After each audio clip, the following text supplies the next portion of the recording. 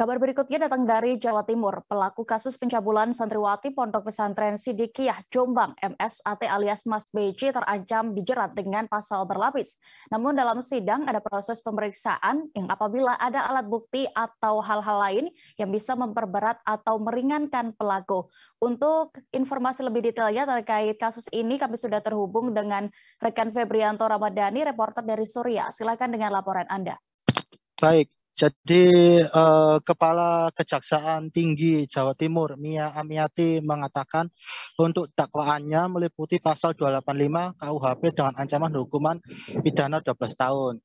Lalu pasal 289 KUHP dengan kategori tindak pidana pencabulan 9 tahun, dan pasal 294 KUHP dengan ancaman pidana 7 tahun. Kata Mia, kami melihat terlebih dahulu proses persidangan seperti apa. Dari situ bisa menjadi proses pembuktian. Kami sudah mempelajari berkas perkara dituangkan dalam surat dakwaannya. Ujarnya ketika ditemui di kantor hari Senin tanggal 11 Juli 2022. Nanti dalam proses tersebut, sambung Mia, ada proses pemeriksaan apabila ada alat bukti atau saksi baru maupun hal-hal lain yang bisa memperberat atau meringankan pelaku. Kalau jaksa akan memberikan tuntutan maksimal 12 tahun, di sini yang bisa kami tangani korban dari pemberkasan di penyidik hanya satu, karena yang lain menarik diri dari awal. Jadi korban itu betul-betul bisa diproses dan ada pembuktiannya, papar Mia. Kemudian Mia juga menambahkan, mulai dari buktinya ada keterangan ahli yang mendukung dari kesaksian korban, sehingga yang dijadikan dalam proses perkara hanya satu korban, dan itu yang bersangkutan sudah dikeluarkan dari pondok pesantren. Jadi dia punya keberanian untuk mengungkap segalanya, sambungnya.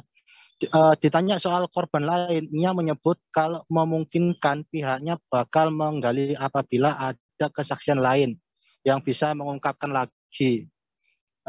Kami akan memohon pada majelis ditambahkan sebagai saksi tambahan. Nanti melihat bagaimana prosesnya di pengadilan, katanya. Kemudian ditanya soal ini, pada kesempatan yang sama, Kejaksaan Tinggi Kejati Jawa Timur telah menerima penyerahan tahap kedua tersangka pencabulan santriwati Jombang MSAT atau Mas Beci beserta barang bukti dari penyidik kepada jaksa penuntut umum. Dokumen tersebut langsung diserahkan kepada pengadilan negeri untuk segera dilakukan persidangan karena sudah ada fatwa dari Mahkamah Agung. Jadi untuk proses persidangan sendiri dialihkan dari Pengadilan Negeri Jombang ke Pengadilan Negeri Surabaya. Dalam prosesnya jaksa penuntut umum termasuk pihak Kejati Jatim sendiri sudah melaksanakan persidangan dan membuat dakwaan alternatif. Maksudnya sudah siap melaksanakan persidangan dan membuat dakwaan alternatif untuk upaya meyakinkan majelis hakim jika tak memenuhi jeratan pasal awal, naik dengan pasal berikutnya dan pasal terakhir, jelas Mia. Jadi untuk saat ini Kejati Jawa Timur ini masih menunggu penetapan dari majelis untuk menentukan hari persidangan. Di samping itu sudah menjadi kewenangan majelis hakim melaksanakan kegiatan penahanan terhadap pelaku tersebut selama 30 hari. Mungkin itu dulu yang bisa saya sampaikan, kembali ke studio. Baik, Tribuners, rekan Febrianto juga sudah melakukan wawancara bersama Kepala Kejati Jatim, Mia Amiati, berikut keterangannya. Sudah menerima penyerahan tahap 2, penyerahan tersangka dan barang bukti dari penyidik pada jaksa penuntut umum.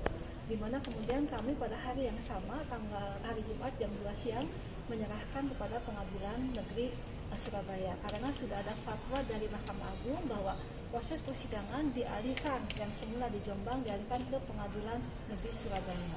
Sudah ada fatwa dari Mahkamah Agung, sehingga kami punya kewenangan untuk melaksanakan kegiatan persidangan di Pengadilan Negeri Surabaya. Dalam prosesnya tentu jaksa penuntut umum termasuk kami sendiri sebagai tim sudah siap melaksanakan persidangan, sudah membuat dakwaan alternatif, berupaya menjerat bagaimana meyakinkan majelis hakim jika tidak memenuhi dari jeratan pasal awal, kemudian naik pada pasal berikutnya sampai akhirnya pasal yang terakhir yang kita gunakan dalam penanganan proses perkara tersebut. Oke. Untuk sidangnya apakah sudah ditetapkan? Kami masih menunggu penetapan majelis menentukan hari sidangnya. Dan ini kewenangan majelis hakim saat ini melaksanakan kegiatan penahanan terhadap terdakwa, di mana majelis hakim punya kewenangan menahan 30 hari. Tentu kami yakin bahwa majelis akan berproses dengan sesuai dengan waktu yang diberikan. Jadi diupayakan dalam tempo 30 hari sebelum masa tahanan habis sudah harus ada putusan majelis tentunya, karena jika belum berproses belum selesai akan menyebabkan terdakwa bisa lepas dari hukum. Dan MSA ini dijerat pasal seperti apa, Bu?